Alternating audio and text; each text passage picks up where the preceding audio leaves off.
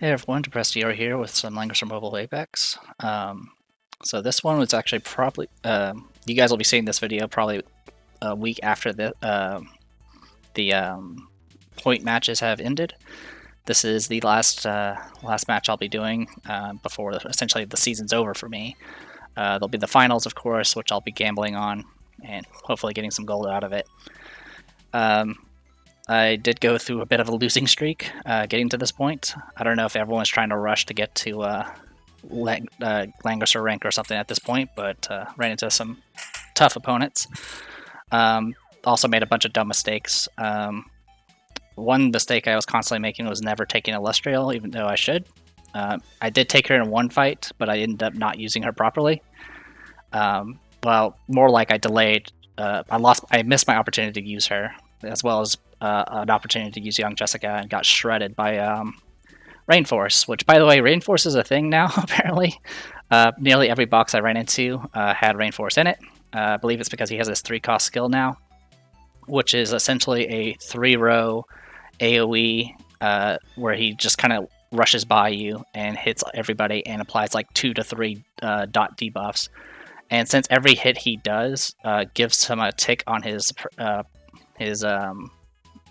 hero power or whatever, if you let him do it twice, he'll essentially act again and hit you again. You can very easily get triple comboed by him, and at which point you'll have like 9 dots on you and you're kind of screwed. So yeah, don't let for one, don't let Rainforce out if you can, or try to keep him from getting started. Most of the boxes are actually pretty varied, which is kind of nice, but the theme was pretty similar for most of them, which was lots of AoE, lots of debuff, which obviously the meta is going to quickly switch that anyway. One match I got robbed. I attempted to rush with my D-Lit to take out a Licorice, and was 800 damage from killing her, which is always the worst, and I didn't really have a way to recover after that. And yeah, so there was the Rainforce, and then there was one guy that was named Rolly, but I don't think it's the Rolly. I'm fairly certain it's not the Rolly, but he was actually pretty good. He had like a rush down, and he definitely outplayed me. Anyway, that was kind of my summary of my losses. Let's go ahead and go over this match. So this box has Time Faction, Dark Faction, kind of a mix of. It's mostly rush down AoE, though there are a few single target assassins in here as well. Obviously, the first thing I see is the juggler, so I'm gonna get rid of the juggler. They banned one thing that's been happening a lot is people have been banning my Estelle. I haven't used Estelle in forever. They're probably just concerned about me doing a rush down strat, but I don't really do rush downs anymore, so it is what it is. So yeah. So yeah, ban their juggler, they ban my Estelle. I of course pick Freya, because that's my only tank left, and she's my faction buffer. And yeah, a lot of things I see a lot of times is they actually are very quick to ban Illustrial. I don't even know how to use her yet, but she is definitely a recognized threat because of the way she can bypass guard and move through terrain. So essentially, they went straight for my assassins. I've had matches where the first ban was my Illustrial, and I didn't really know why until after the fact. So they picked Landia, so they're not going full rush down. I went ahead and went straight for Ares and the assassin. I spent a lot of time trying to figure out who to ban exactly, because this was right after the match where I got wrecked by Rainforce, and of course I always hate Leonhardt. He's just a pain, and all these characters are swords as well, which Freya is not the best with dealing with. Also, one thing I kept running into in a few of the past matches as well is a Sigma, which I've talked about before in a previous video. Sword Sigma is definitely a danger, and I have to be very, very careful when people pick Sigma first. Anyway, but yeah, I ended up going for their Assassin and Ares, because Ares I don't really have an answer for. I got pretty lucky last week, or the week before last, dealing with them because of bad positioning on their part. And I don't really have an answer for Zerda. So one thing I've been Also noticing is they tend to ban all my high mobility characters right off the bat. Because I was actually, a lot of times they actually left me with a faction buffer, and I would pick the faction buffer, but then I would lose all my high mobility characters. So what I did instead was I went straight for Angelina, and worked from there. It was actually a pretty good situation because when I picked Angelina, I had both my princess faction buffers and D-Lit available, so I had, no matter what, I had a means to buffer. As for my opponent, they went straight for Yusuke, which pretty much meant I was not going to probably end up using Sri Lanka for this fight since she uses undead troops. But yeah, I went ahead and banned their remaining assassin and went ahead and took care of Leonhardt. Like I said, I'm worried about Rainforest, but I'm more concerned about Leonhardt because he can teleport and he can actually do back-to-back actions without a build-up. I took D-Lit so I can ensure that I have a buff for Angelina, or a buff for anyone to deal with what do you call it, debuffs. They went for my Young Jessica and Sri Lanka. I could have used Young Jessica, but that's okay. They of course took well, I don't say of course, they took Rachel. So I'm probably just to take advantage of the fact she can AoE, passively heal and cleanse, and the fact that she could be buffed by the tank. Alright, I banned their Lycoris and I banned their Rainforce. Man, names are just leaving me right now. My brain's fried. I've been trying to learn kanji and that's melting my brain. Anyway, so yeah, took care of that. That was mainly, I did have some trouble with Lycoris. She's definitely not someone I want to leave on the field. Like, Bozel's one thing, but Lycoris will use field effects, and field effects are always a pain, so that's why I wanted to get rid of her. That, and she can also provide healing, and I don't want any additional healing. Through most of the ban pick, I was considering taking out 2 of the healers, but for the most part, I was kind of just went straight for as many things as I can eliminate as possible, which has been working out for me.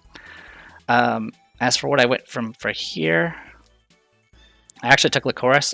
She's not going to have any buffs, but she could definitely do a lot of AoE damage and a bunch of terrain effects and all that. As for what got banned, they left me with TRS. TRS has been hit and miss a little bit, mainly because there's been so much, not necessarily like one-shots, but like heal negations tends to be a common thing now, especially with like characters like Yusuke. And she's not very good at cleansing overall. I do have her with a goddess tier, but the thing is if I take area heal, I end up having to get rid of something else that I kind of want. They went with Liana, so at this point I was like, okay, I'm safe. I'll go ahead and just ban their D-Lit and TRS. Mainly I didn't want to deal with D-Lit's extra actions. Also, I did not want to deal with TRS's extra healing and potential attack blessing. Everything else I was kind of okay with. And I went ahead and took TRS because I kind of wanted a primary healer. And they picked Bozel, which is not surprising. So let's talk a little bit about this setup here.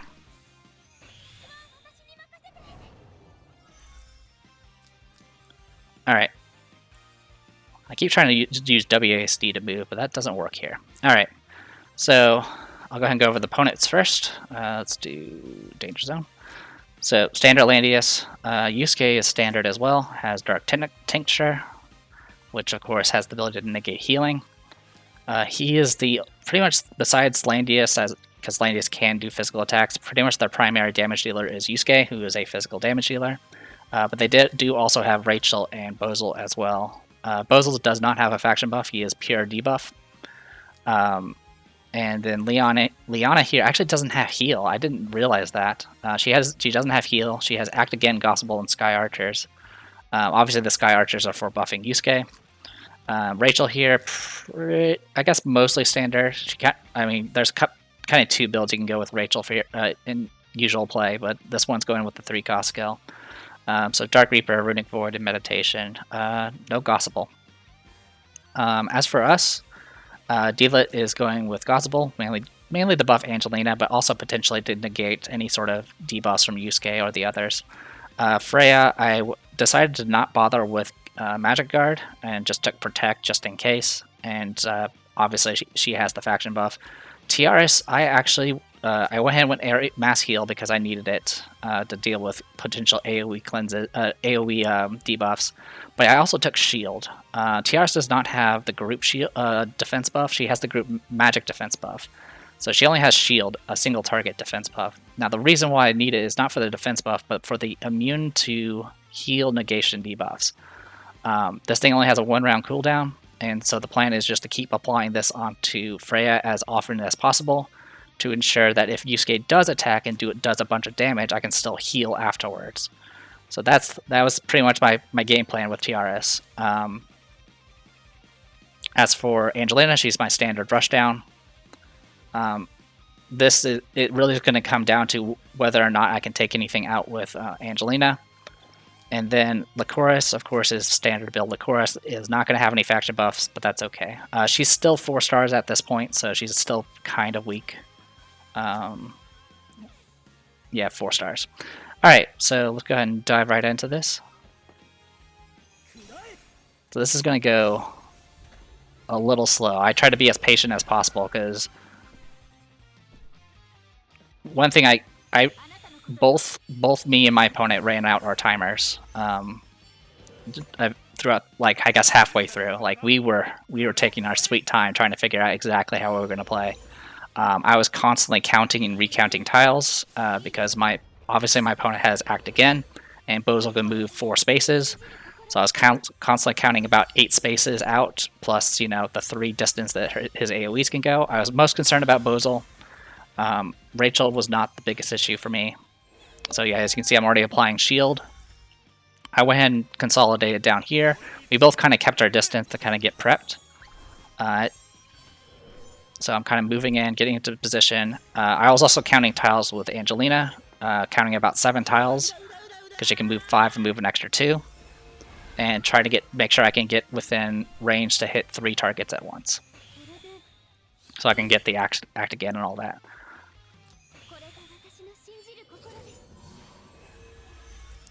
And I pretty much had to recount every time positions were changed. Like, for example, I was counting based off of Bozel going to here first and getting Act Again, which will go to, you know, 4 distance here and then 3 range here. But the moment that Yusuke actually moved to this spot, it ensured that Liana could only move here and can only provide support at this range. So that's why once Yusuke actually moved here, that's when I started moving up a little bit. I actually moved up a space and adjusted my position a little bit. Like, this match, I mean, it's all about patience. It's like you generally get your 1 engagement. If you mess it up, you're doomed. And obviously they're just trying to bait me to kill this thing, but I'm going to kill it on my terms, so I'm not that concerned about it. Obviously, if they really wanted this to get killed, they could attack Freya, of course, and the counter damage would definitely take it out. But the problem is if they move to kill with the Sky Archer, it will force Eliana to act, and that'll mean that she wouldn't be able to do anything for the rest of the round. So it's definitely they definitely want me to be the one that kills the pet. So yeah, as you can see, everything's within attack range. Well, actually, the only reason everything's in attack range is because the Sky Archer is messing up the distance. But right now, I'm just out of range for everything, including the AoEs. So I'm just taking my sweet time. This Sky Archer actually made it so that Deedlit was in range to trigger her the Force of No Return. I did this on purpose. I used Sea of Miracles to reduce cooldowns by 1. That way I can ensure that I can do another shield buff, because Freya's is about to end. And then it also allowed her to cycle her turn and get Gospel up and running again, which I was going to reapply to Angelina, because Angelina's is about to run out as well. So that's what I do here. Like I said, I'm just making sure my buffs are up and ready for this engagement. So with shield now available, I went ahead and moved in and reapplied it to buy myself another turn. I stopped in place. Yep. So at this point, once Bozel moved, and all that's left is Liana and Bozel. Once Bozel moved up, and all that's left was Yusuke and Liana here. So I moved in with Lycoris, and I was going to take that out. At this point, with how the positioning is, I'm guaranteed I can do a AoE from here and hit at least 3 targets, no matter how they move. So I was definitely ready for this. Now, the best part here was they actually went ahead and used Act again, which worked out really well for me, because now I can go straight for the kill.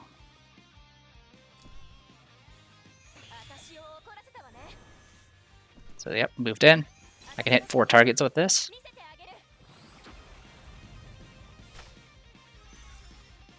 And I managed to freeze both Landius and Yusuke here. Bozel was already wounded, so I went ahead and finished him off. It was a bit iffy doing that, to be honest, because anytime that... Oh, actually, no, it's not iffy. So usually Yusuke is built with a... Usually people who use Yusuke use them with a Mjolnir's hammer, which has an effect where every time allies die, it actually removes debuffs. But this Yusuke actually has a different weapon. I don't know what it was. We'll know soon enough, but yeah, it's some other weapon. So that actually worked in my favor, because if he had Mimir's hammer, that would have actually removed the stun and allowed him to get the kill early. But since it didn't remove it, I was able to go ahead and he had no choice but to cycle his turn because he was stunned. So it's now my turn, and there's a Leona that's wounded right now. So that was weird with the camera. So I went ahead and moved in, and I was going to go ahead and finish off Leona.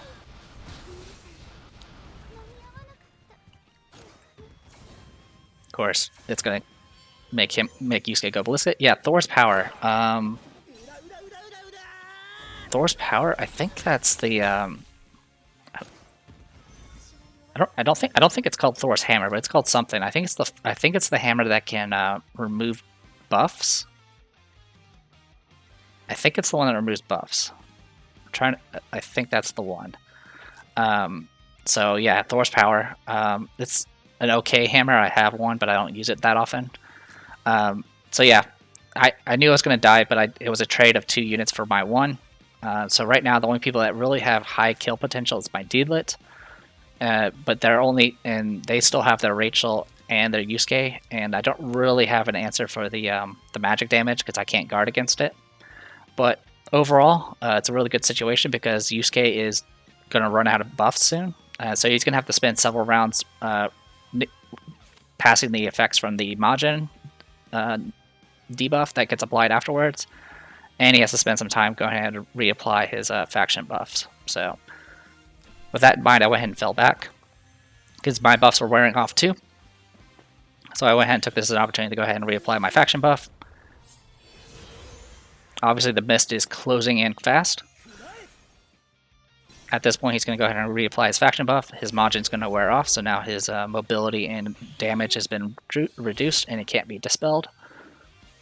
So for 2 rounds, that Yusuke is going to be rather weak. So at this point, I was going to go ahead and move in. I was measuring out distance for Rachel's AoE, which is about 5 spaces. I was able to reapply shield. And I'm now getting set up to go ahead and start applying some terrain, which actually does pretty good damage. So the debuff I applied was a dot, and it also did the terrain effect. So I did a ton of damage to this Landius. So I was like, all right, well, let's see if I can force him to res. Surprisingly, I was a little bit damage short.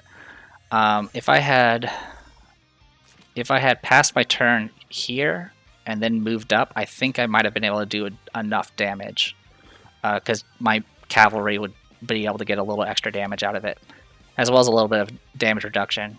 So yeah, I was just short of actually getting the kill.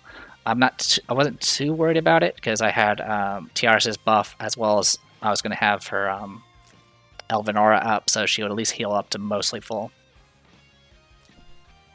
So at this point, Runic Void's getting applied.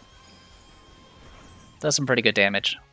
It actually does nothing. It actually does nothing to Deedlit because Deedlit has Gospel up, so she doesn't have to worry about it. But everyone else, both Lycoris and Freya now have 5 dots on them, which is going to be something I'm going to have to be very aware of. So I went ahead and moved up with Freya to go ahead and heal her up just to make sure she doesn't accidentally get killed. And then I went ahead and moved in with Dark Despair, which is going to heal everybody, remove one debuff, and then hit all my opponents with a bunch of extra stuff as well. So get hit with a bunch of dots, nothing too bad though. She did get a clock proc, so this is why she's able to do Runic Void a second time. Thankfully she didn't get a third. So at this point my Lycoris and my Freya both have tons of dots on them right now.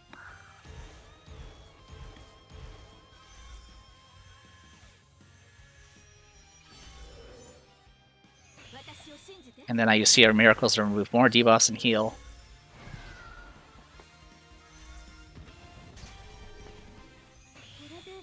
Also, the mist is closing in very quickly.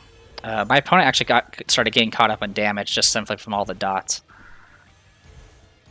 But at this point I noticed that time's running out, so I went ahead and just passed turns. I nearly killed her with just dot damage here. Yeah, I almost killed her with just raw dot damage. Thankfully she couldn't do enough to actually kill Freya. Also, she did get, she had apparently the debuff that she got from her last turn in the Lycoris terrain effect actually was heal negation. So that pretty much ensured she couldn't get healed there.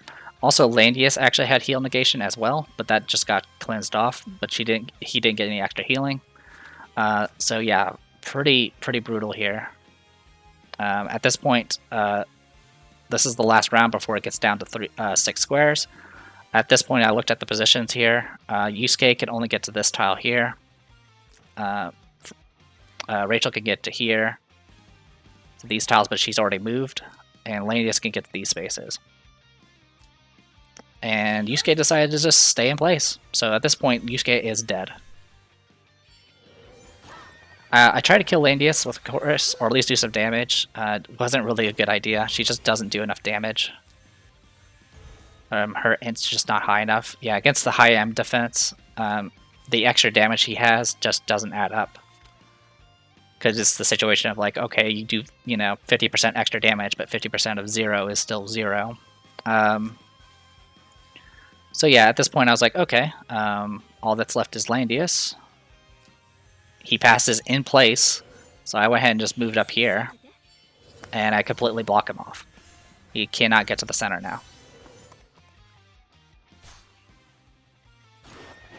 And just to make sure he doesn't survive the poison mist, I go ahead and kill him once.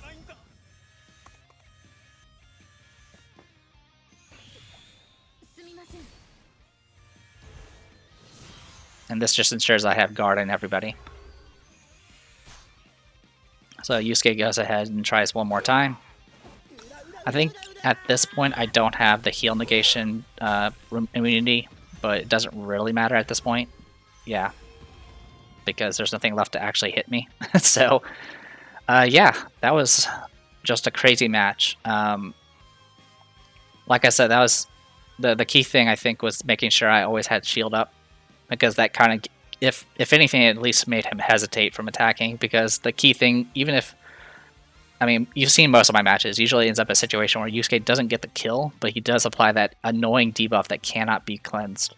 So I just make sure it doesn't get applied in the first place. So yeah, really intense match. I was pretty worn out this today doing these matches, but yeah, pretty crazy stuff. As you can see, yeah, there's Rolly here. I'm pretty sure it's not the Rolly. At least it doesn't match banners, so I don't think it's that person. But yeah, as you can see, my win percentage for the season is 44%, which is a little. I'm pretty sure it's lower than what I had last season. Last season I was gold 2 when I finished. I'm gold 3 this time. Honestly, it was a lot more difficult. It's just the fact that there's just so many strong rushdown characters now that I didn't really have an answer for it. And also I was kind of in a transition period where I was switching up the box a bunch. Overall, I kind of like how the box is set up right now. I still need to, get used to certain characters because I haven't really used them in PvP before. I'm pretty impressed with the chorus. I mean, she's only 4 stars, and a lot of times I don't even use a faction buff with her, but she's still just that extra fixed damage definitely adds up. And just the ability to kind of apply a bunch of random debuffs is also very good. That, and she also can do kind of what young Jessica could do with her AoE, where she both attacks and heals at the same time while applying debuffs and cleansing debuffs. So pretty good stuff there. I'm probably going to replace a character. I'm probably going to replace one of my healers with Liana for the future. Liana is kind of, obviously a top tier healer, and nearly every box has her. So that's part of the reason why I try to not use her, just to see how it goes. But having an extra Gospel buff in my pocket with on a healer of all things, I think might do me pretty good and give me a little bit more flexibility. The issue with a lot of my Gospels is it's on characters I generally want to attack with, like Rachel. For Dealet, it's not so bad since she can get extra actions when she doesn't do attacks. But yeah, so I'm just trying to figure out ways to kind of make things a little bit more flexible. I did do one match with Varna today, but it didn't work out. It wasn't bad, but it was that match where my Dealet got cut short on killing a Lycoris. If it weren't for that, I think it would have been okay. Also, I've been kind of getting into the habit of banning Lestelle a lot sooner, because people seem to pick her as a second pick nowadays. And even with immunities, she's just such a pain to deal with.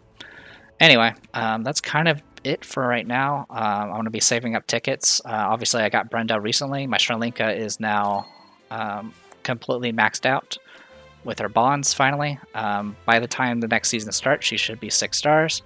Lycoris should be 5 stars, and my Illustrial should also probably be 6 stars coming next season.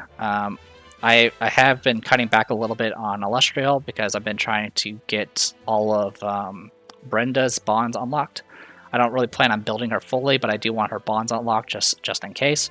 Unfortunately, it requires me to use characters like Varash, because the only way you can unlock Brenda's bonds are through doing other people's Gated Fates. I've already gone through all Rain Forces and unlocked her attack bond, and now I'm just going through and by the time you guys see this video, it will have been unlocked at this point. But essentially, I need to do one more Gate of Fate with Varash using Brenda, and then that will unlock her defense bonds. Besides that, overall pretty good. I've obviously been getting all the characters that I've been wanting. I still need to finish up this. I mean, by the time you guys see this, it will be the next Forbidden Battleground. But for right now, we're on the 3rd one. I still need to do the last one. I'm probably not going to be able to get the achievements, unfortunately, because DLS and Mythical are just not factions that I'm built for.